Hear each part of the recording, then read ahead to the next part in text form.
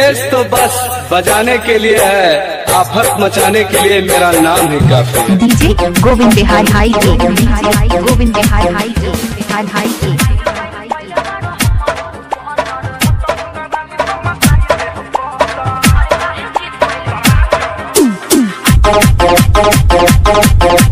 जंग लगी तलवारों पर अब धार लगानी होगी। अब कुछ लोग अपनी औकात भूल गए हैं, उन्हें अपनी औकात याद दिलानी होगी। Speaker check.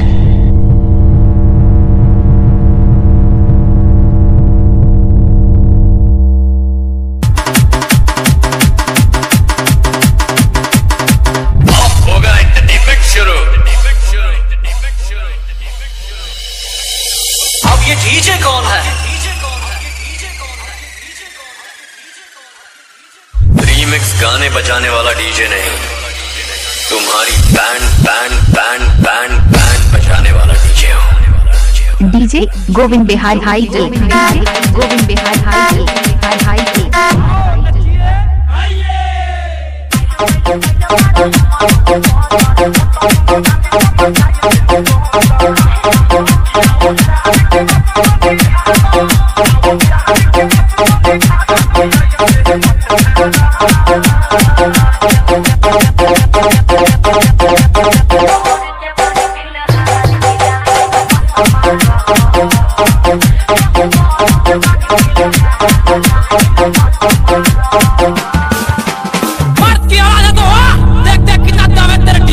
DJ Govind Bihari हाई के, गोविंद बिहारी हाई के, बिहार हाई के।